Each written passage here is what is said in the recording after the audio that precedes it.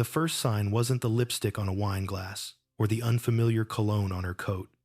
It was the way her lie came too easily.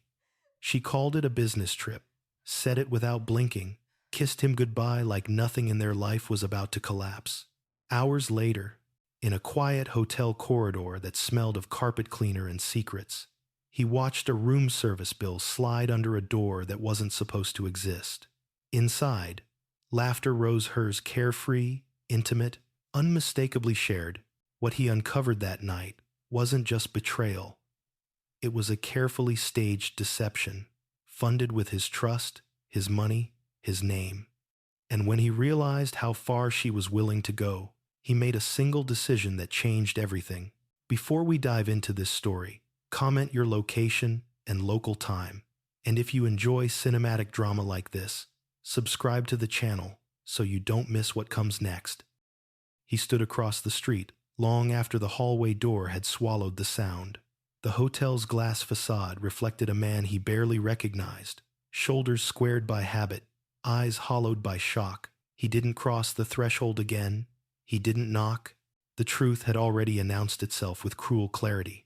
Instead, he walked, letting the city carry him, while his mind tried to assemble what his heart refused to accept. Their life hadn't always felt like this. For years, he had been the steady one, the planner, the provider, the quiet anchor.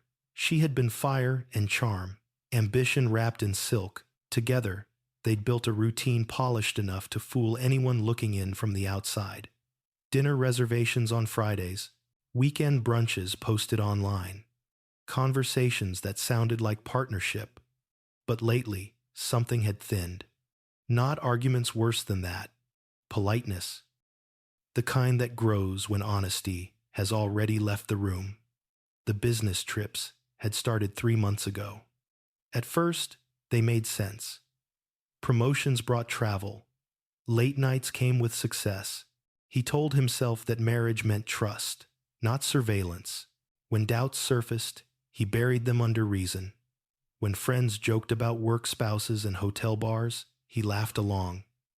He wanted to be the man who didn't flinch. Tonight proved how expensive that choice had been. He reached his car and sat without turning the engine, replaying details with forensic precision. The watch on the nightstand, expensive and masculine. The way she hadn't looked, surprised, just inconvenienced. The way the other man had smiled like this was a minor interruption, not a reckoning. It wasn't the shock that hurt the most. It was the efficiency. This wasn't impulse. It was organized. His phone vibrated. A notification from the bank, another from the credit card app. He hadn't meant to do it so publicly, so cleanly. His thumb had moved on instinct, freezing the account the moment her eyes hardened. He told himself it was a boundary, not revenge. Still, the timing carried its own cold poetry.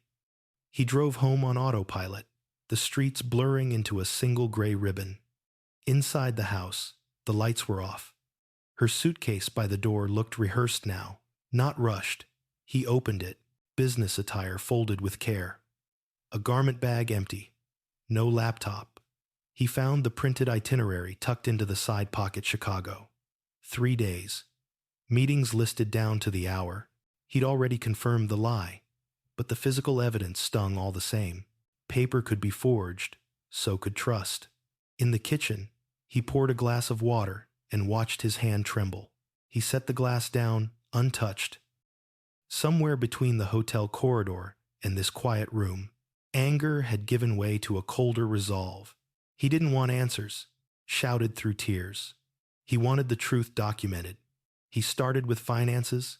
Years of habit made the process almost comforting. Statements, dates, patterns, a charge here that didn't align, a gift store he didn't recognize, hotel deposits closer to home than any airport. It wasn't theft. Not yet. It was rehearsal, someone testing the limits, seeing how far they could go before alarms sounded. He thought about the man in the room, the confidence, the way he'd leaned back, unbothered. Men like that didn't drift into affairs by accident. They selected opportunities. He wondered how long he'd been on display, smiling at dinner parties while someone else measured the value of his life. A text came through. Her name on the screen felt unreal. Why did my card get declined? No apology, no explanation, just logistics. He didn't respond. Silence felt like the only language she hadn't mastered. Minutes passed. Another message? This isn't what it looks like. He almost laughed. That sentence had survived generations for a reason. It bought time. Time he wasn't willing to give. He opened his email and found the message he'd ignored earlier in the week, forwarded automatically from a shared account.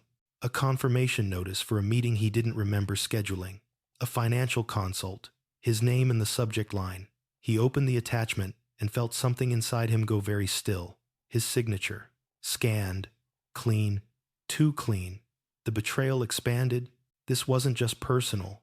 It was structural. He closed the file and leaned back, staring at the ceiling as the house ticked around him. Grief tried to surface, but resolve held it down. He would mourn later. Right now, he needed clarity. He searched for a number he'd saved years ago and never used the attorney recommended by a colleague after a messy partnership dispute. He hesitated, then pressed call. When the voicemail picked up, he didn't hang up. He left a message that surprised him with its steadiness. He asked for a consultation. He mentioned potential fraud. He didn't mention love. Another buzz. This time, a missed call. Then another. Her impatience was bleeding through the screen. He imagined her in the hotel lobby, confusion curdling into fear as doors closed and balances vanished. For the first time, the imbalance shifted, not to punish her but to protect himself. He locked the house and took a walk, letting the night cool his thoughts. He passed a cafe where they'd once argued about paint colors for a nursery that never happened.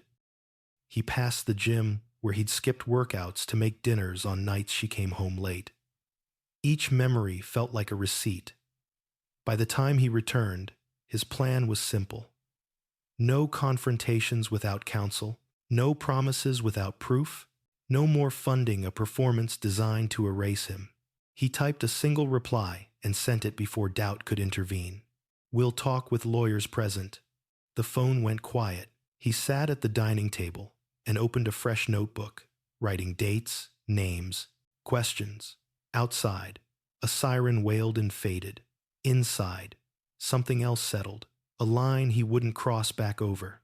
The night had taken enough. Tomorrow, he would begin taking things back. Morning arrived without permission. Pale light slipped through the blinds and landed on the dining table, where the notebook still lay open.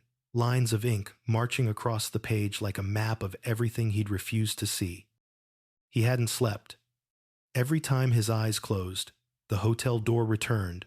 The laugh, the watch, the way she'd adjusted the robe, not in shame, but irritation, as if he'd tracked mud into a room she'd already paid for. He showered, dressed, and moved through the house with deliberate care, as though any sudden motion might shatter the thin shell of control he'd built overnight. His phone stayed face down. He knew what waited there. He chose distance instead. By 9, he was seated in a quiet office, with floor-to-ceiling windows, and a woman who listened without interrupting. She asked questions that cut through the fog. Timelines, access, signatures, intent. She didn't flinch when he mentioned the forged document. She nodded when he described the pattern of charges. When he finished, she folded her hands and said the words he needed to hear and feared all the same. This was bigger than infidelity. She explained options, emergency measures, documentation, how to communicate and how not to. He left with a list that felt like armor and a warning that felt like a bruise. People who lie this cleanly don't stop when confronted. They pivot. He returned home to find the house rearranged by absence. Her side of the closet was half empty. The bathroom drawer where she kept jewelry was cleared out, save for a broken clasp. He noticed what she took and what she left. She'd prioritized value over sentiment. That told him more than any confession could. His phone finally lit up, with messages stacked like missteps on a staircase. Accusations first control, paranoia, humiliation. Then appeals stress, loneliness, misunderstanding. Finally, anger sharpened into threats, thinly disguised as concern. He read them once and archived the thread. No response was the response. By noon, a courier arrived with documents that confirmed his worst suspicion. A loan application submitted weeks earlier. His name, her email, the same scanned signature. The terms were predatory. The timing precise. She'd begun extracting resources before announcing her exit. The affair wasn't the storm, it was the cover. He called the bank and initiated a fraud report. He forwarded files to his attorney. He took screenshots, saved timestamps, printed copies. Each action steadied him. He wasn't erasing pain, he was containing it. In the afternoon, a knock broke the rhythm. He opened the door to find a man he'd met twice, in passing polite, forgettable, the kind of person who disappears into crowds by design. The man introduced himself and spoke carefully, eyes tracking the street behind him.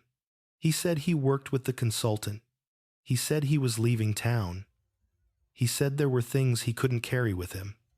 They spoke on the porch, the air heavy with heat and implication. The man didn't defend anyone. He didn't ask for mercy. He handed over a flash drive and a sentence that landed harder than any insult. She knew exactly what she was doing. Inside, the files told a meticulous story, meetings scheduled around his routines, drafts of messages refined for maximum plausibility, spreadsheets that treated trust like a revenue stream. He saw himself reduced to line items. He felt the ache of recognition, then the relief of certainty. Doubt had been a luxury he could no longer afford. As evening settled, he locked the doors and cooked a simple meal he barely tasted. He set the plate aside untouched. Hunger belonged to another life. He sat with the notebook again and added new dates, new names. He circled one phrase the attorney had used and underlined it twice. Protect first, explain later. A call came through from an unfamiliar number. He let it ring. The voicemail arrived seconds later. Her voice measured, controlled, already rehearsing a narrative in which she remained the reasonable one. She asked to meet. She suggested coffee. She implied urgency. He deleted it without finishing. Night fell. The city outside hummed with ordinary lives. He stood at the window and felt the quiet grief of watching a future evaporate. Not the loss of her, he'd lost her long before the hotel, but the loss of the man he'd been, while believing that man would not return. In his place stood someone narrower, sharper, and unwilling to fund illusions. He drafted a single message with his attorney copied. It stated boundaries, requested communication through counsel, and referenced ongoing reviews. It contained no emotion. He pressed send and felt a strange calm spread through his chest. Minutes later, the reply arrived not from her, but from the consultant, a message laced with false civility and implied leverage. He forwarded it, added it to the growing file, and turned the phone face down again. Threats only mattered if they worked. Before bed, he walked through the house and turned off lights room by room, as if closing chapters. In the bedroom, he opened the window and let the night air in. The city breathed. He breathed with it. The shock had passed. The injustice had sharpened into purpose. The mystery had opened its mouth wide enough to see the shape of what came next. He lay down and slept, not because things were resolved, but because he had chosen a direction. Tomorrow would bring resistance, smears, attempts to rewrite reality. He would meet them with records and resolve. The story had grown larger than a marriage. And for the first time since the hotel corridor, he was ready to see it through. The next day began with a knock that felt rehearsed. He recognized the rhythm before he reached the door, confident, insistent, meant to imply familiarity. When he opened it, she stood there with sunglasses shielding eyes that had once convinced him of anything. Her posture was calm, almost professional, as if this were a negotiation, not a reckoning. She spoke first, using his name like an anchor. She apologized in broad strokes that skimmed the surface without touching the core. Stress, miscommunication, a lapse in judgment. She avoided specifics the way someone avoids a mirror they might not like. When he didn't respond, she adjusted tactics. She reminded him of years together, of shared plans, of how fragile everything felt right now. He listened without interrupting. He watched her hands move when she lied, the micro pauses she used to smooth rough edges. He noticed what she didn't ask, whether he was okay. She asked for access cards, accounts, a place to stay. Logistics first, always logistics, he told her, evenly, that communication would go through counsel. He told her to leave. The word landed like a dropped plate. She laughed once, short and sharp, then accused him of cruelty.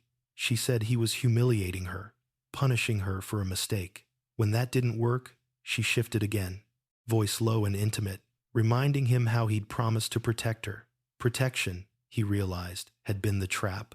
She left with a warning disguised as concern. He closed the door and leaned his forehead against the wood, counting breaths until his pulse slowed. Outside, her car pulled away. Inside, the house felt lighter for the absence. By mid-morning, the consultant's pressure escalated. Emails arrived dressed as professional inquiries, threaded with veiled implications. He didn't engage. He forwarded everything. His attorney responded with precision and restraint, requesting disclosures and setting terms. The tone changed immediately. Bullies preferred rooms without witnesses. In the afternoon, he met the investigator who had been recommended, a man whose questions cut past emotion to architecture. Together, they rebuilt the timeline from fragments, keycards, cell pings, meetings masked as conferences. Patterns emerged like constellations. Once the sky was dark enough, the affair had begun before the first trip, the financial planning before the first lie. What surprised him wasn't the scope, it was the audacity. She had believed he would never look closely. That love would dull his vision. For a while, it had.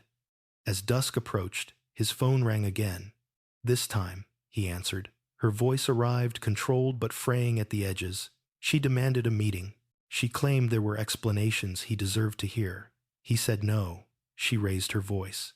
He ended the call. A message followed within seconds, anger sharpened into accusation. She threatened to tell their friends he'd been controlling, jealous, unstable. He felt the familiar tug of fear, the old reflex to appease. It passed. He saved the message and added a note to the file. Every word she sent tightened the net she didn't see. That night, he cooked again and forced himself to eat. He needed strength, not martyrdom. He sat at the table and reviewed the investigator's preliminary report. There it was, in black and white. A shell account opened with borrowed credentials, payments routed through innocuous vendors, assets quietly repositioned. This wasn't a lapse. It was a plan. He imagined the conversations he hadn't been part of, the laughter, the reassurance, the shared certainty that he was manageable. The thought stung, then steadied him. Underestimation cut both ways. At 10, another knock. He didn't open the door. He watched through the window as the consultant stood on the porch, smile fixed, hands open in a gesture meant to disarm. The audacity returned, now personalized. He spoke through the door, voice calm, stating that any further contact would be documented and considered harassment. The smile faded. The man left. Alone again, he felt the night close in. Doubt whispered, was this worth the cost? Would silence have been easier? He answered himself, with the evidence spread across the table. Easier wasn't safer. Easier was how this had happened. He called a friend he'd neglected and spoke honestly for the first time in months. The words came halting at first, then faster, as if a dam had cracked. When he hung up, the house felt less cavernous. Before bed, he drafted a timeline for himself: what had happened, what he knew, what remained unknown. He added a final line at the bottom of the page, a promise written in steady ink. No more negotiations with lies. Sleep came fitfully, but it came. In the dark, he understood something he hadn't before.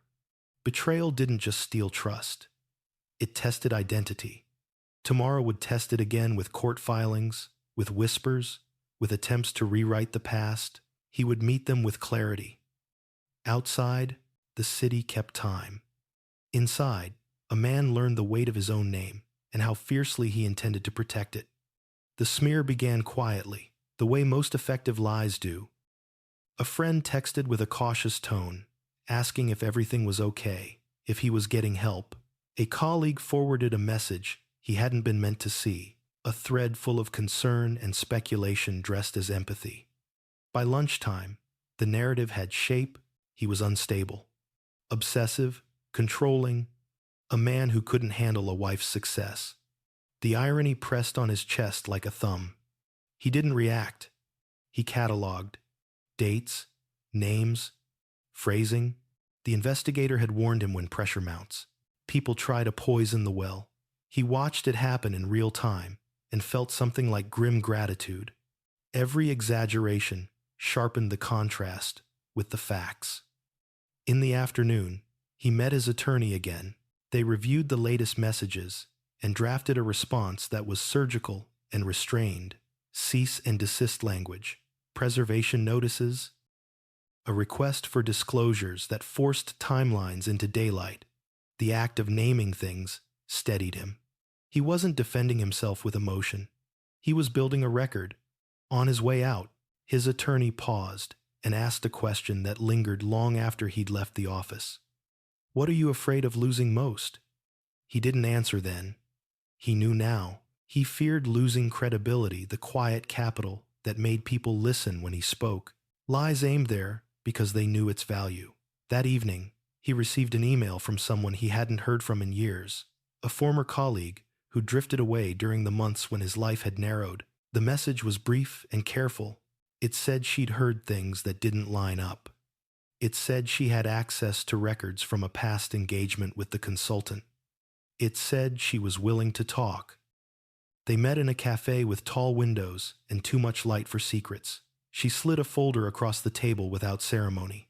Inside were contracts, correspondence, and a pattern so familiar it hurt. Same playbook, same language, same escalation from charm to pressure to threat. He felt a rush of vindication and a deeper ache beneath it. This wasn't unique. It was systemic. She didn't stay long. She didn't ask for gratitude. As she left, she offered a final observation. People like this rely on silence. Not fear, silence. He watched her go and felt the truth of it settle into his bones.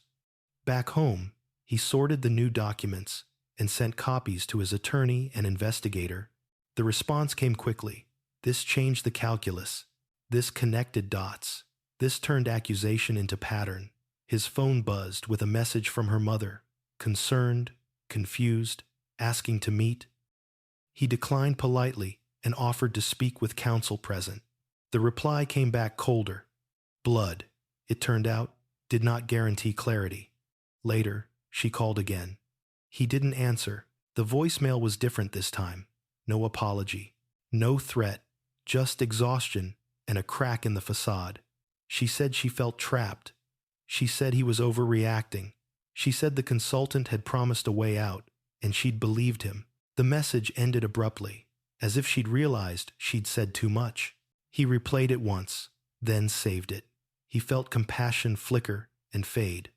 Being used didn't absolve using someone else.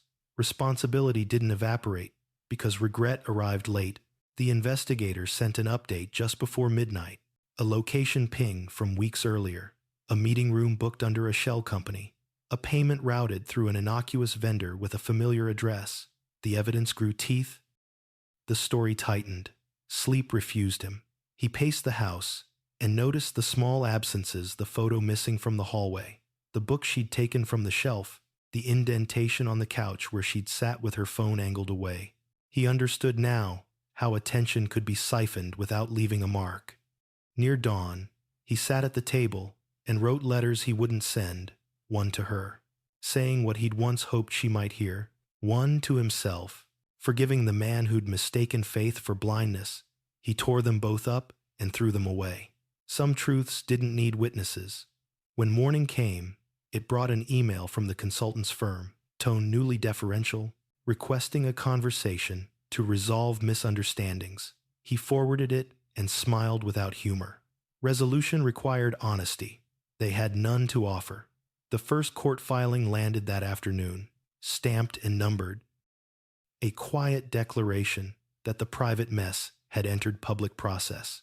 He felt the weight of it final, impersonal, necessary. The past could no longer be rewritten at leisure. As the sun set, a final message arrived from her. It was short. It said she was sorry he felt hurt. The phrasing sealed it. He archived the thread and turned the phone face down. Standing at the window, he watched the city blink to life. He felt tired in a way that was honest, earned. The injustice was no longer abstract. It had names, dates, consequences. The mystery had narrowed to a corridor with doors he would open one by one. Tomorrow would bring depositions and denials, allies and opportunists. Tonight brought a quieter victory, the knowledge that silence was no longer working against him. He had chosen daylight, and daylight, once chosen, had a way of spreading. The first formal hearing arrived, wrapped in routine language that disguised its gravity. He sat at a long table beneath fluorescent lights, hands folded, listening as dates and amounts were read aloud like coordinates. Across the room, she avoided his eyes, her attorney murmuring reassurances that sounded thin even to her. The consultant hadn't shown. That absence spoke loudly. When it was his turn, he answered simply. He didn't embellish. He didn't editorialize. He let documents do the talking. The investigator's report landed with a soft thud that carried more force than any raised voice. Timelines aligned, signatures matched, payments traced a neat arc from intent to execution. The room shifted. The narrative she'd spread outside faltered under the weight of specificity. Afterward, in the hallway, she approached him with a practiced smile that faltered halfway there. She said they could still fix this quietly. She suggested mediation. She hinted at mutual embarrassment if things continued. He replied that quiet had been her ally, not his. He wished her well and walked away. The consultant resurfaced 2 days later with a public statement framed as concern for misunderstandings. It was followed by a private message to his attorney, offering concessions without admissions. The offer evaporated when asked to disclose records. What remained was a trail of half-truths that pointed nowhere safe. Friends chose sides, some loudly, some by absence. He learned who valued clarity over comfort. A neighbor dropped off a meal and left without questions. A colleague sent a note that said only, "I believe you." Those small acts carried him through the days when anger burned hot and nights when grief went cold. A deposition was scheduled. He prepared with care, rehearsing facts until they lost their sting. When the day came, the consultant arrived, polished and confident, speaking in circles until confronted with timestamps he couldn't outrun. His composure cracked in increments, first irritation, then defensiveness, then silence.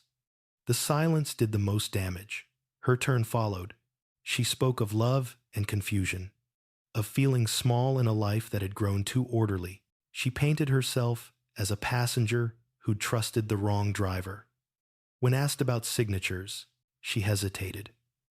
When asked about meetings, she contradicted herself. The room listened. The record remembered. Outside, the smear campaign lost momentum. Retractions appeared without apology. Whispers softened into shrugs. Truth didn't roar. It accumulated. He watched it happen with a detached patience that surprised him. One evening, he returned home to find a package on the step. Inside was the watch from the hotel room, wrapped in tissue paper, no note.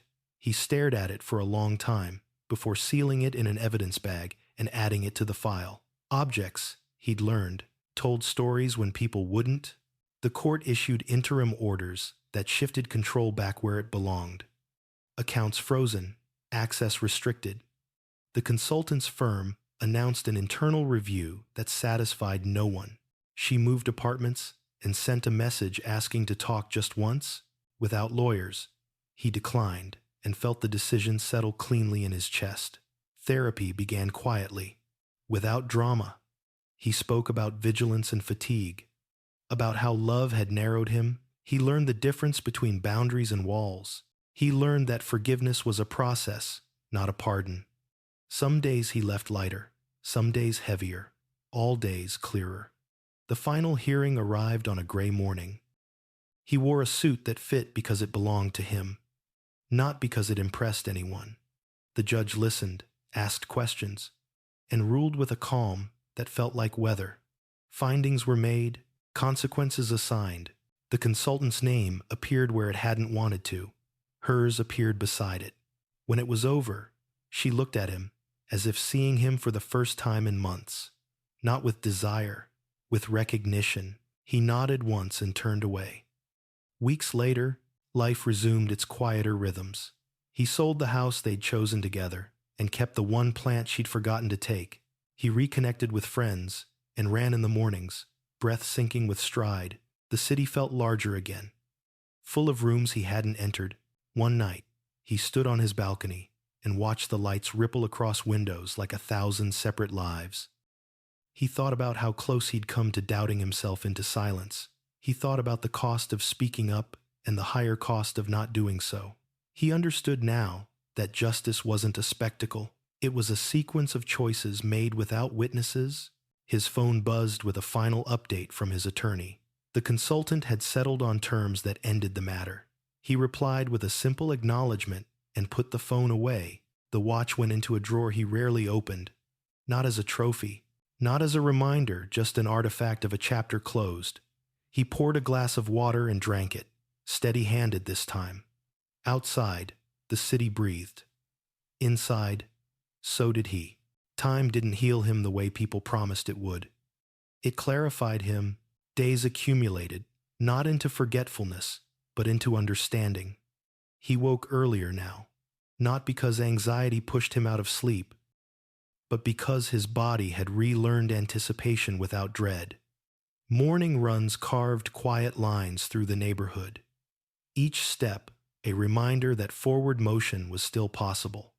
The world treated him differently. Some people looked at him with a new respect they never named. Others avoided him, as if proximity to truth carried risk. He accepted both reactions without bitterness. Everyone was managing their own fear. He changed small things first. New furniture, a different route to work. He donated clothes that belonged to a version of himself built for compromise. The house, temporary, now felt like a neutral space, unburdened by echoes. He learned how much emotional weight could hide in objects, and how freeing it was to let them go. Therapy sessions deepened. He spoke about vigilance, how love had trained him to scan for approval instead of alignment. He spoke about silence, how he'd confused peace with avoidance. His therapist didn't rush him toward forgiveness. She asked better questions. Who benefited when he minimized himself? What did loyalty cost when it wasn't reciprocated? The answers didn't arrive cleanly, but they arrived. One afternoon, while sorting through old files, he found a photo from early in their marriage. They stood on a beach, wind pulling laughter out of them. He studied it without flinching. The joy had been real. The lie was believing it would remain so without maintenance. He placed the photo in a box and labeled it honestly. Then, messages from her stopped coming. He heard through others that she was rebuilding her story, somewhere quieter, careful with details, lighter on names. He wished her neither harm nor absolution.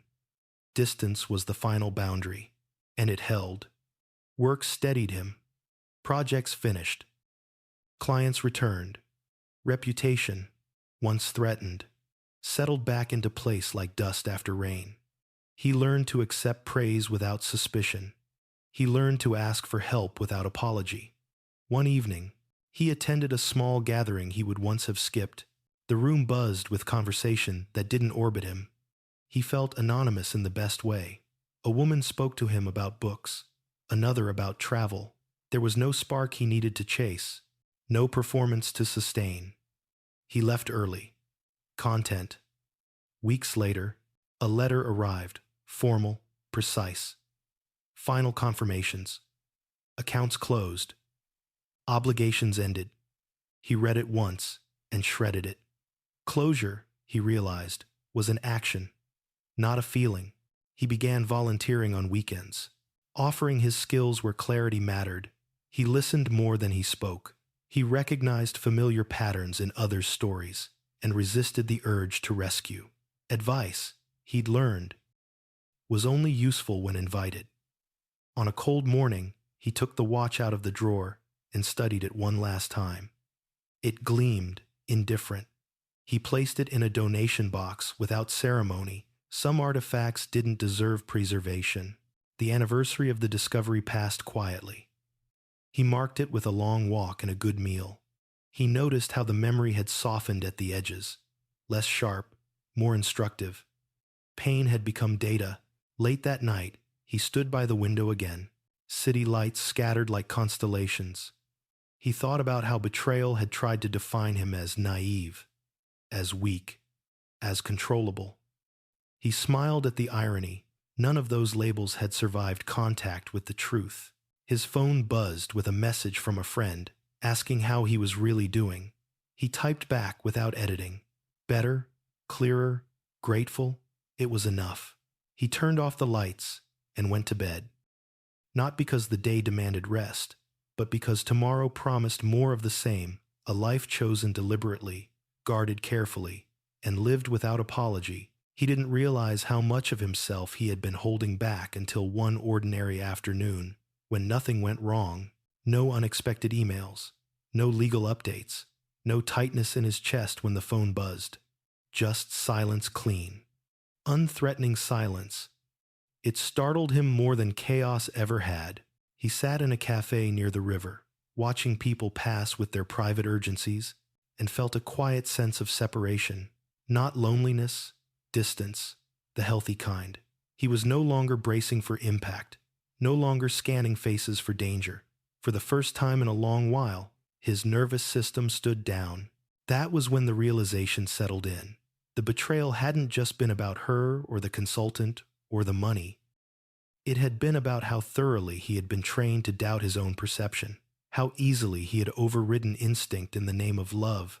Healing, he now understood, was the slow, a deliberate act of trusting himself again.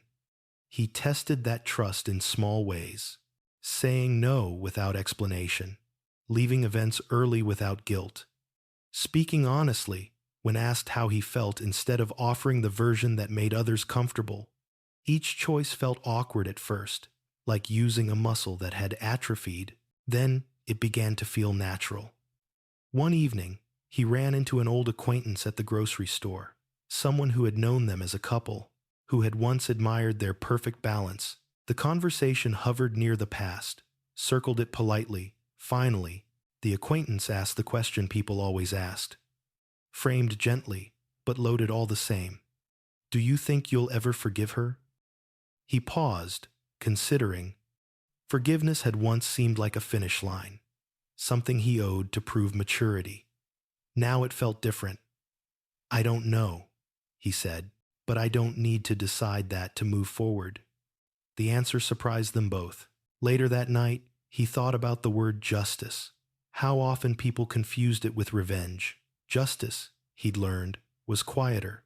It looked like consequences aligning with actions. It looked like boundaries holding under pressure. It looked like walking away without dragging the past behind you like a warning sign. He dreamed less now. When he did dream, it wasn't of hotel corridors or locked doors. It was of wide spaces, roads stretching ahead, rooms filled with light. His mind, no longer trapped in vigilance, was relearning imagination. A message arrived one morning from someone he hadn't expected, the woman who had warned him early on, who had slid the folder across the cafe table. She said she hoped he was well. She said his case had helped others come forward. She didn't elaborate. She didn't need to. He sat with that for a long moment, feeling the strange comfort of knowing his refusal to stay silent had created ripples he would never fully see. Work took him to a different city for a few days. On the train, he watched landscapes blur and felt something like excitement, uncomplicated, forward-facing. He checked into a hotel and laugh softly at the irony. This time, there were no lies attached to the keycard, no double lives hidden behind doors, just a clean room and a quiet night. Standing by the window, he thought about how close he'd come to losing not just money or reputation, but himself. How easily a different choice, a softer response, a quieter exit might have preserved appearances while hollowing him out. He felt a surge of gratitude for the version of himself who had chosen discomfort over denial. On his last night there, he wrote in the notebook that had once cataloged evidence.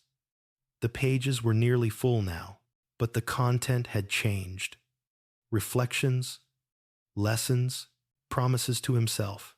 On the final page, he wrote a single line and underlined it twice. Never outsource your reality. When he returned home, the city greeted him like an old friend who respected his space. He unpacked slowly, deliberately. He cooked dinner and played music he liked, not music chosen to compromise or accommodate. The rhythm filled the room, easy and unforced. Before bed, he scrolled through messages from people who followed his story quietly, who had reached out after hearing fragments. He replied when it felt right and ignored the rest without guilt. Access, he had learned, was a privilege, lying in the dark. He reflected on the arc of the past year, how a single lie had exposed an entire architecture of deception, how choosing to look, really look, had cost him comfort, but returned his spine. He felt no urge to rewrite the story with himself as a hero or a victim. He was simply a man who had been tested and had chosen to stand. Sleep came easily, and in that ease was the final proof. The betrayal no longer owned his nights. Spring arrived almost unnoticed, the way real change often does quietly, without asking permission. Trees along his morning route filled in with green, and the river shed its winter gray. He matched the season without trying. The sharp edges inside him softened, not into forgetfulness, but into balance. One afternoon, a colleague invited him to speak at a small professional forum about risk management, financial, ethical, personal. He almost declined. Visibility had once felt dangerous. Then he accepted, on the condition that the talk remain practical. No personal details, just principles. Standing at the lectern, he surprised himself by speaking plainly about systems that fail when trust is assumed instead of verified, about how silence creates space for misuse, about why clarity is a form of respect. He never mentioned betrayal, never named the cost. Yet afterward, several people approached him with eyes that said they'd heard exactly what they needed. He left lighter than he arrived. Later that week, he received a forwarded article about the consultant's firm, regulatory action, leadership changes. A short paragraph buried near the end referenced prior cases without names. He read it once and closed the tab. The world had a way of correcting itself when given enough information. He ran into her unexpectedly on a crowded sidewalk downtown. No warning, no preparation. She looked thinner, careful in a way that suggested constant calculation. Their eyes met for a fraction of a second, long enough for recognition, short enough to avoid conversation. She looked away first. He kept walking. His heart didn't race. His steps didn't falter. The moment passed like a test he didn't know he was ready to take. That night, he thought about how much power anticipation had once held over him. The dread of seeing her name on his phone, the tension of wondering what story would arrive next. Now, there was nothing to anticipate. The absence of drama felt like a luxury he'd earned. He spent more time alone by choice, not retreat. Weekends were for long walks, books half finished, meals improvised without performance. Sometimes friends joined him, sometimes not. Either way was fine. He was no longer negotiating his comfort. One Saturday, while helping a neighbor move a couch, he caught his reflection in a darkened window, relaxed, present, unguarded. He smiled without irony.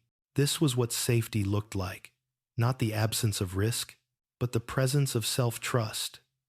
In therapy, the focus shifted from recovery to maintenance. He spoke about patterns he wanted to avoid, repeating how charm could masquerade as alignment, how urgency could be used to bypass consent. He practiced naming discomfort early. Before it calcified into resentment, he learned to listen to the quiet signals his body sent long before his mind caught up. He began dating cautiously, not out of fear, but out of respect for himself and for others. Conversations stayed grounded. Expectations stayed explicit. When something didn't feel right, he said so. When it did, he allowed himself to enjoy it without scanning for exits. Not every connection lasted. None needed to. On the anniversary of the day he'd frozen the card, he took a different route home and stopped at a small bookstore. He bought a notebook, not for evidence, not for lessons, just blank pages. At home, he wrote the date and a single sentence: "I am allowed to choose myself." The sentence didn't need embellishment. Weeks later, he received a brief email from his attorney, confirming the final closure of all remaining matters. No loose ends, no appeals. He replied with thanks and archived the thread. It felt like closing a window after a storm had passed. That evening, he cooked for friends and laughed freely, the sound unfiltered. At some point, someone asked how he'd known when to stop fighting and start living again. He considered the question and answered honestly. When the future felt bigger than the past, after they left, he washed dishes and listened to the quiet settle. The city outside hummed, indifferent and alive. He felt a steady gratitude not for what had happened, but for how he had met it. Before bed, he opened the new notebook and wrote a few lines about the day, the ordinary moments, the small satisfactions. He closed it and set it on the nightstand, not as a shield, but as an invitation. Lying in the dark, he understood that healing wasn't a destination he'd reached once and for all. It was a practice, a daily choice, to remain honest, to remain awake, to remain kind, without becoming porous. He breathed easily, unafraid of the silence. Outside, spring pressed on. Inside, so did he.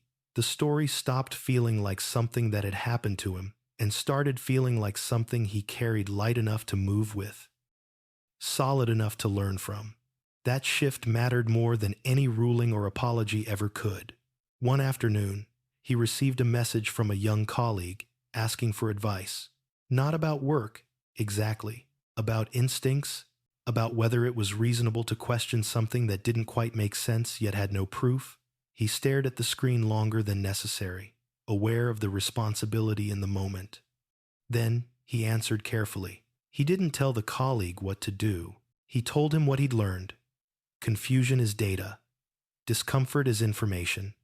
Ignoring either is a choice and not a neutral one. The reply came quickly. Grateful and relieved, he closed the app and sat back, struck by how strange it felt to be on the other side of the lesson. He noticed how often people wanted a villain and a hero, a clean moral with sharp edges. Real life had given him something messier. His wife had not been a monster from the beginning. The consultant had not invented greed or ambition. And he had not been weak, just human. Operating under assumptions that had once felt safe, understanding that complexity didn't excuse what they'd done. It simply freed him from the need to flatten the past into something simpler than it was. That freedom showed up in small ways. He laughed more easily. He stopped replaying conversations in his head to see if he'd missed something. When a plan changed, he adapted without suspicion. His mind, once crowded with contingency, made room for presence. One evening, he attended a charity event with friends. The room buzzed with introductions and polished stories. At some point, he found himself talking to a woman about nothing consequential at all. Music, travel, favorite meals. There was ease there. No urgency, no performance. When the conversation ended, it ended naturally, without a promise or a pull. He walked home feeling grounded rather than charged, and recognized the difference immediately.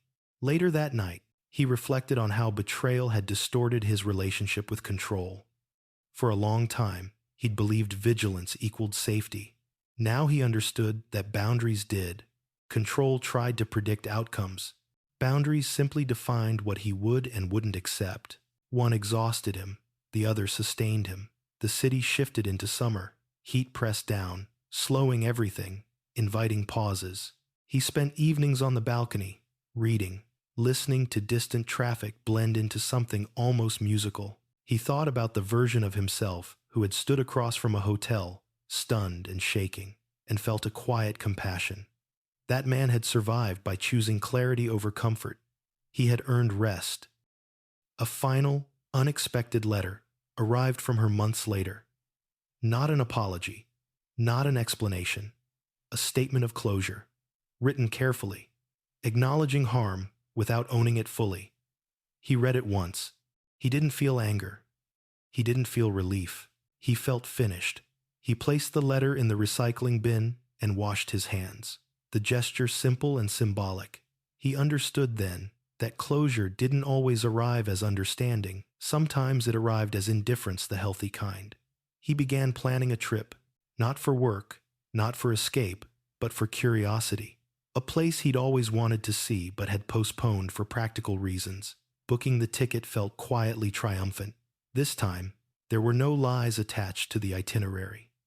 No double meanings, just intention. The night before leaving, he packed slowly, choosing what to bring and what to leave behind. The act felt familiar in a new way. He was practiced now at deciding what deserved space in his life. As he zipped the bag, his phone buzzed with a notification from the channel where his story had first been told. Messages from viewers, some brief, some raw, thanking him for sharing something that mirrored their own experiences. He read them without ego, aware that stories mattered most when they made people feel less alone. He typed a short reply and pinned it to the top of the thread. You're not wrong for trusting. You're not weak for leaving. You're allowed to protect your future. On the plane the next morning, he looked out at the city shrinking beneath him and felt no pull backward. The past was complete. The future was unassigned. He closed his eyes and rested, not because he was tired of fighting, but because he no longer needed to.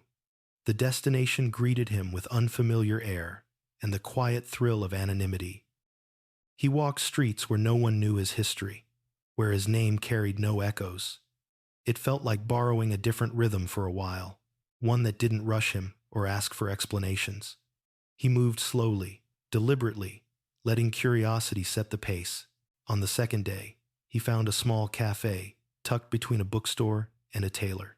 He returned there every morning after that, not because the coffee was exceptional, but because the owner remembered his order without attaching a story to it. There was comfort in being seen without being known. He wrote in his notebook observations, fragments, questions he didn't need answered right away. The pages filled with ordinary things, the sound of cups clinking, a child counting steps on the sidewalk, the way light pooled on old brick at dusk. He visited a museum one afternoon and lingered in front of a painting he couldn't explain. It wasn't beautiful in any conventional sense. It was stark, restrained, almost severe, yet it held his attention. He realized he was drawn to it for the same reason he'd chosen honesty over peace. It didn't try to soften what it was. At night, he slept deeply. No dreams of corridors or locked doors. When he woke, he felt present in his body in a way that had been missing for years. He ran along the river at sunrise, breath steady, thoughts quiet.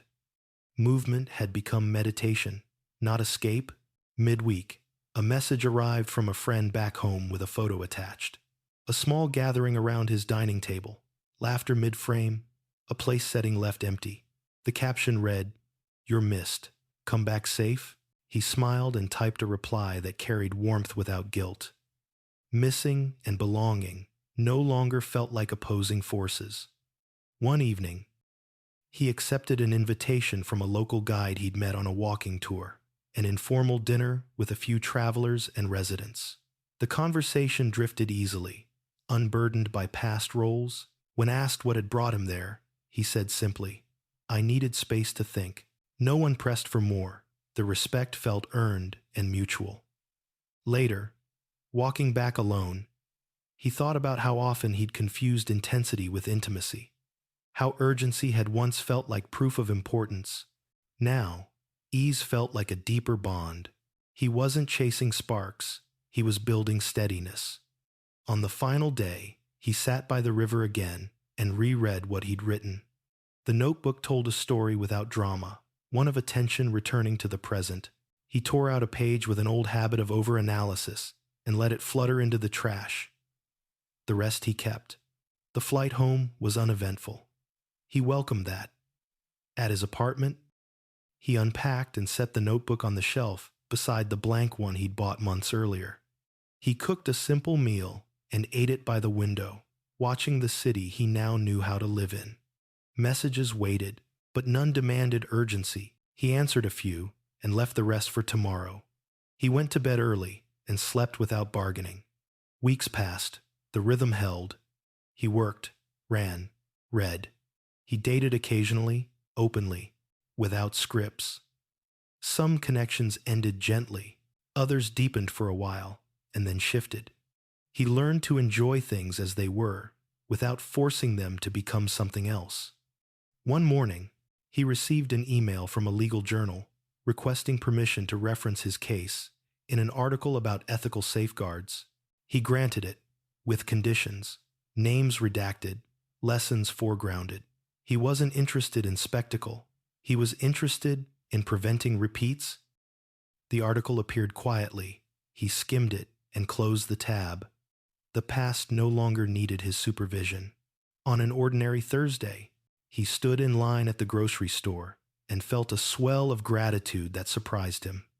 Not for survival, for choice, for the ability to decide, in small ways, who he was becoming. That night, he opened the blank notebook and wrote without planning. He wrote about the difference between love and access, about how truth asks to be lived, not just spoken, about how healing doesn't erase scars. It teaches you how to carry them without bleeding. He closed the notebook and set it aside. The city outside settled into its night song. He breathed in, then out, steady and unafraid. The story that had once threatened to consume him now sat where it belonged in the past, complete. And the life ahead, unassigned and honest, waited without urgency. Autumn arrived with a crispness that sharpened edges and clarified colors. He welcomed it. The season suited the man. He had become measured, observant, unafraid of change. Leaves gathered along sidewalks like quiet evidence of motion, and he found himself slowing to notice them, the way he once slowed to notice discrepancies that saved him. He hosted a small dinner one evening. Nothing elaborate. A few friends, simple food, conversation that didn't circle the past unless invited. At one point, someone raised a glass and thanked him not for surviving, but for speaking plainly when it mattered. He accepted the toast without deflecting, a skill he'd learned the hard way. Gratitude, he understood now, didn't require self-erasure. After they left, he washed dishes and hummed along to the radio. The sound echoed gently through the kitchen. He remembered nights when the same space felt like a stage he had to manage. Tonight, it was just a room. He received occasional updates through the quiet channels of professional life settlements finalized, inquiries closed. The consultant's name faded from headlines. Hers faded from conversation. The world moved on, as it always did. He let it. On a Sunday morning, he volunteered at a community workshop, helping people understand basic financial protections. He spoke in plain language, answered questions patiently, and resisted the urge to dramatize. Empowerment, he'd learned, worked best without spectacle. When a woman thanked him for making things feel less intimidating, he felt a familiar warmth, the kind that comes from usefulness without strings. Later that day, he walked home through a park where children raced ahead of parents and dogs pulled at leashes with joyful determination. He sat on a bench and watched the choreography of ordinary life. There was a time when he would have scanned for threat, for meaning. Now, he simply observed. A message arrived from someone he'd been seeing casually, asking if he wanted to plan something for the following weekend.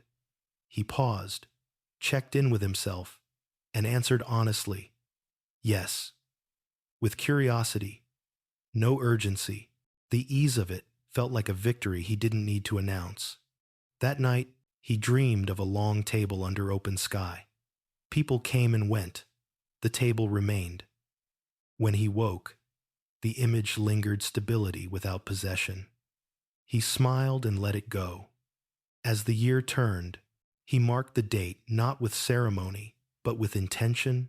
He reviewed the notebooks, evidence, reflections, blank pages now partially filled. He noticed the arc, without needing to narrate it. Then he closed them and returned them to the shelf. One afternoon, while sorting mail, he found a letter addressed in careful handwriting. It was from a mutual acquaintance, someone who had kept distance during the worst months. The letter acknowledged silence and expressed regret for believing a story without checking its source. He read it twice, felt a brief sting, then a release. Accountability, when it came, no longer held power over him. He wrote back a short reply, gracious and bounded. He spent the evening cooking a recipe he'd never tried before. It failed slightly too much salt, but he laughed and ate it anyway. Perfection had lost its grip. Process mattered more. The city outside prepared for winter. Lights appeared earlier. He adjusted without complaint. His routines adapted. His confidence, once shaken, now felt like a quiet companion rather than a shield. He thought, occasionally, about the man he had been before the hotel corridor, the one who mistook endurance for love, who believed that trust required silence. He didn't judge that man. He honored him for choosing clarity when it finally mattered. On a cold night, he stood at the window and reflected on the paradox that had carried him through. That betrayal, while devastating, had revealed the architecture of his values. What he would tolerate, what he would protect, what he would build next. He turned away from the glass and prepared for sleep. Tomorrow would bring work, conversations, choices both small and consequential. He felt ready for them, not because he expected ease, but because he trusted his capacity to respond. The story, once sprawling and loud, had settled into something precise, not a warning, not a spectacle, a testament to the power of paying attention and the courage to act when attention demands it. He turned off the light, the room falling into a calm darkness. Outside, the city continued its patient rhythm. Inside, a man rested whole, alert, and quietly free. Winter came softly this year, padding the city in muted tones and early darkness. He adjusted without resistance. Scarves by the door, gloves in the pocket of every coat. Preparation no longer felt like fear. It felt like care. He noticed how his conversations had changed. He asked better questions. He listened without rehearsing responses. When people shared their struggles, he didn't rush to fix them. He stayed present. Presence, he'd learned, was rarer and more valuable than solutions. One evening, after a long day, he received a call from a number he didn't recognize. He considered letting it ring, then answered. The voice on the other end was tentative, older. A former mentor, reaching out after reading about the case in a trade publication. The man admitted he'd assumed things early on, had stayed silent to avoid entanglement. Now, he wanted to say he'd been wrong. The apology was imperfect but sincere. He accepted it without conditions. Hanging up, he felt a quiet satisfaction, not at being validated, but at being seen accurately. He spent the holidays differently this time. Smaller gatherings, fewer obligations. He cooked meals that took time and shared them with people who arrived without expectations. Laughter filled the spaces between courses. No one asked him to summarize the year. He was grateful for that. On New Year's Eve, he skipped the countdown and went for a walk instead. Fireworks bloomed above rooftops, briefly illuminating the city in color. He watched without making wishes. He didn't need ceremony to mark progress. He knew where he stood. In January, he was invited to consult on a project focused on transparency and consumer protection. The work was challenging, slow, sometimes frustrating. It mattered. He found purpose in the incremental victories, policies clarified, safeguards added, questions asked early enough to prevent harm. He felt aligned. One afternoon, while reviewing documents, He caught himself smiling at a phrase he'd once overlooked: disclosure. It seemed simple. It wasn't. It required courage. It required respect. It required a belief that truth could withstand daylight. He carried that belief now, not as armor, but as orientation. His personal life unfolded with similar care. A relationship deepened naturally. Without drama or urgency, they spoke openly about boundaries, expectations, fears. When disagreements arose, they addressed them before resentment could take root. It felt unfamiliar and grounding at once. He allowed himself to enjoy it without projecting an ending. He kept running. He kept writing. He kept choosing honesty when it was inconvenient. None of it felt heroic. It felt necessary. Occasionally, and memories surfaced, unexpected, sharp. A hotel hallway on a different street. The scent of a certain cologne. A phrase she used to say. He acknowledged the memories and let them pass. They no longer demanded interpretation. They were remnants, not directives. On the anniversary of the hearing, he took the day off work and visited a quiet place by the water. He sat with a thermos and watched the surface ripple under a gray sky. He thought about the man who had sat here months earlier, cataloging evidence and steeling himself for impact. He felt tenderness for that version of himself. Survival had been an act of love he hadn't recognized at the time. As the afternoon waned, he wrote a final entry in the notebook that had followed him through everything. He didn't list lessons. He wrote a paragraph about attention, how paying attention had saved him, how ignoring it had nearly undone him. He closed the notebook and felt finished with it. Life didn't announce its stability with fanfare. It revealed it through repetition: mornings that began calmly, evenings that ended without regret. He trusted those signals. One night, as snow fell quietly outside, he stood by the window and reflected on how the story might sound if told aloud. Dramatic, twisted, cinematic. He smiled at the distance between the telling and the living. Stories needed shape, lives needed space. He turned away from the window and prepared for sleep, the room warm and still. Tomorrow would arrive as it always did, asking for attention and choice. He was ready. The betrayal that had once threatened to define him now existed only as context, a chapter that informed but did not confine. He had learned to stand in uncertainty without collapsing, to trust clarity without demanding control. As he lay down, the city breathing steadily beyond the glass, he understood something simple and profound. The greatest justice he'd claimed was not what he'd won or what others had lost. It was the life he now lived awake, grounded, and unmistakably his. By the time another year began to tilt towards spring, the memory of the lie no longer arrived with a sharp edge. It came like a distant sound, recognizable, but no longer demanding attention. He noticed this change one morning while standing in line for coffee, listening to someone complain loudly about a delayed order. Months ago, impatience like that would have tightened something in his chest. Now, it barely registered. His internal weather had stabilized. He had learned that peace wasn't dramatic. It didn't announce itself with relief or triumph. It showed up as capacity, the ability to hold complexity without fracturing, to hear conflicting stories without losing center. That capacity had been hard-won, forged in moments when he'd chosen truth over comfort again and again. One afternoon, while reviewing notes for a workshop he'd been asked to lead, he paused at a sentence he'd written weeks earlier. Transparency is not kindness without courage. He remembered how often kindness had been used against him, how softness had been mistaken for permission. Now, his kindness had edges.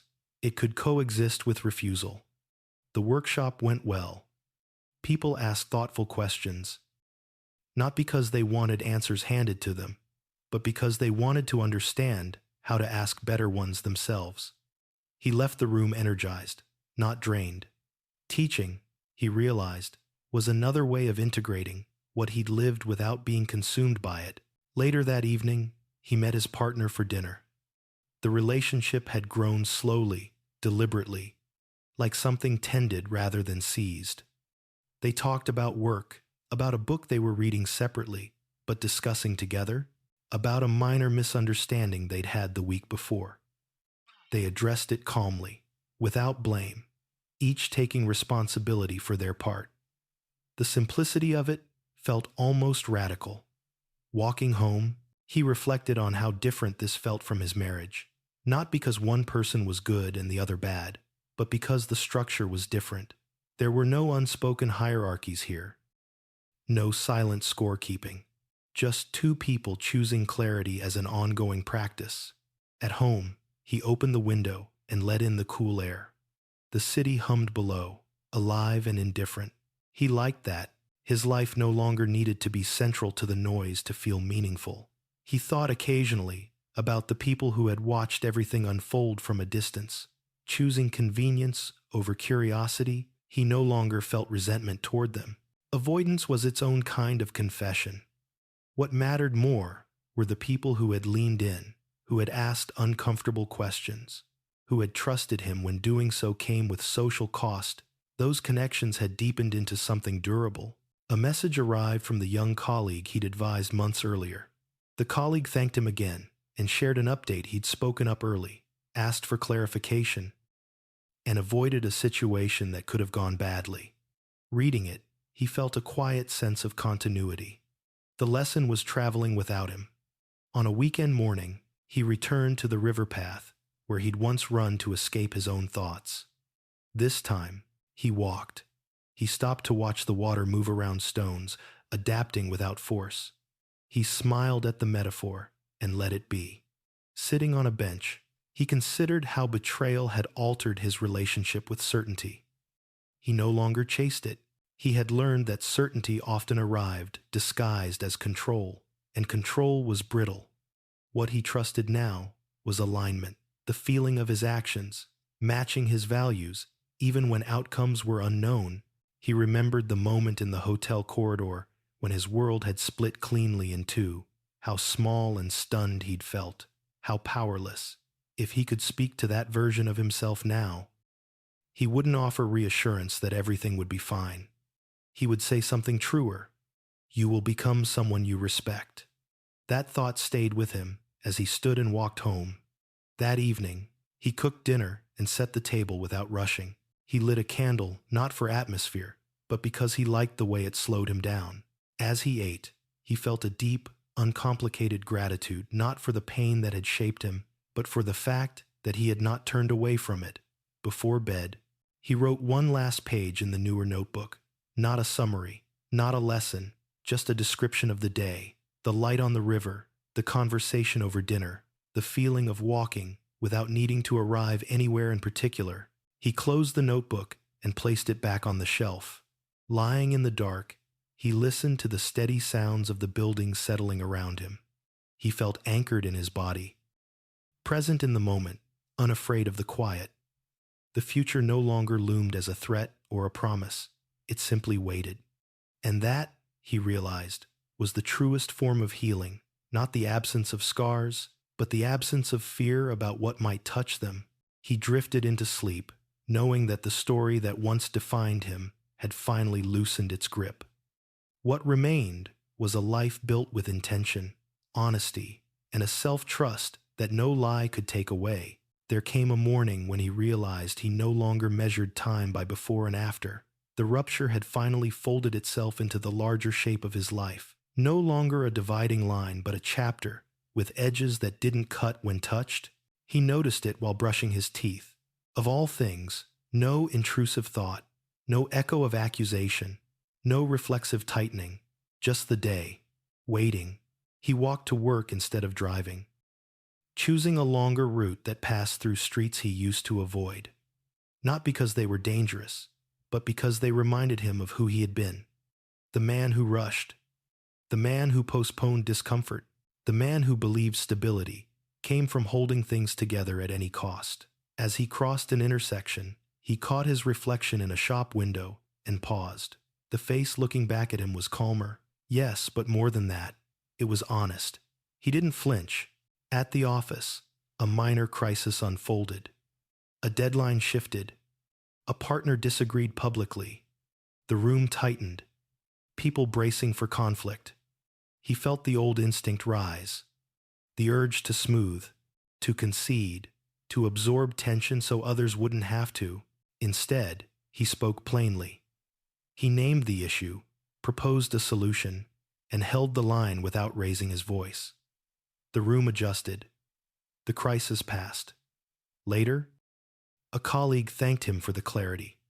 He accepted it and moved on. That was the quiet difference now. He didn't collect validation. He let it pass through. In the afternoon, he received an unexpected email from someone connected to the past, not his ex, not the consultant, but a mutual friend who had once defended the lie because it felt easier than confronting it. The message was brief. It acknowledged harm. It didn't ask for forgiveness. It simply said, "I see it now." He read it twice, then replied with a single sentence. "I appreciate you saying that." No reopening. No explanation. The exchange ended there. Complete. When work ended, he met his partner for a walk. They didn't always do much together. Sometimes they just moved side by side, sharing space without filling it.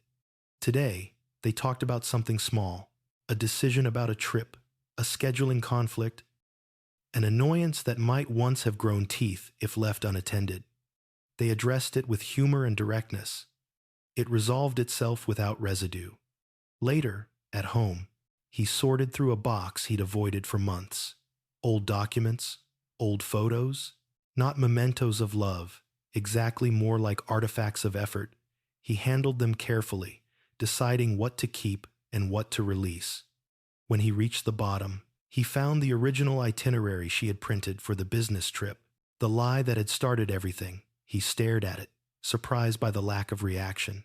Then he folded it once, tore it cleanly, and dropped it into the recycling. No ceremony, no anger, just completion. That night, he dreamed not of betrayal, but of walking through a wide field under a low sky. No urgency, no destination, just movement. When he woke, the image stayed with him, gentle and grounding. Weeks passed, stitched together by routine and choice. He spoke at another workshop, this one smaller, more intimate. Someone asked him how to tell the difference between intuition and fear. He paused, then answered honestly, "Fear constricts, intuition clarifies. Fear rushes, intuition waits." The room went quiet, not because they were impressed, but because they recognized the truth of it. On a quiet Sunday, he cooked dinner alone and set the table for one without feeling the absence as lack. Solitude had become a place he could rest, not hide. He ate slowly, savoring flavors, savoring time. Later, he read until his eyes grew heavy and closed the book without marking the page. He trusted he could find his way back. Sometimes, fragments of the old story surfaced in conversation or media, a headline about deception, a plot twist in a show. He noticed them without identification. They were stories now, not mirrors. One evening, standing at the window as rain traced paths down the glass, he thought about the meaning of cancellation, the moment he'd frozen the card, cut off access, drawn the first line. At the time, it had felt reactive, even petty. Now he understood it differently. It had been the first act of self-respect, not punishment, protection. He didn't romanticize that moment. He didn't need to. Its power came from what followed, the discipline to keep choosing himself when it would have been easier to retreat into doubt. As the season shifted again, he felt a subtle excitement for what he hadn't planned, not the restless craving of before, but a grounded curiosity. He didn't need certainty to move forward. He had alignment. He had truth. He had the quiet confidence that came from surviving something without letting it harden him. That night, as he turned off the light and lay down, the city breathing steadily beyond the walls, he understood something that had taken a long time to learn. Betrayal had not been the end of his story, nor its most important chapter. It had been the moment the narration changed from something happening to him to something he was actively, consciously writing. And for the first time in a long while, He felt no urge to rush the next page. Betrayal doesn't just break trust with another person, it forces you to confront the relationship you have with yourself. This story isn't about revenge or winning. It's about the moment you stop explaining away your pain and start listening to it when the truth appeared. It didn't arrive gently.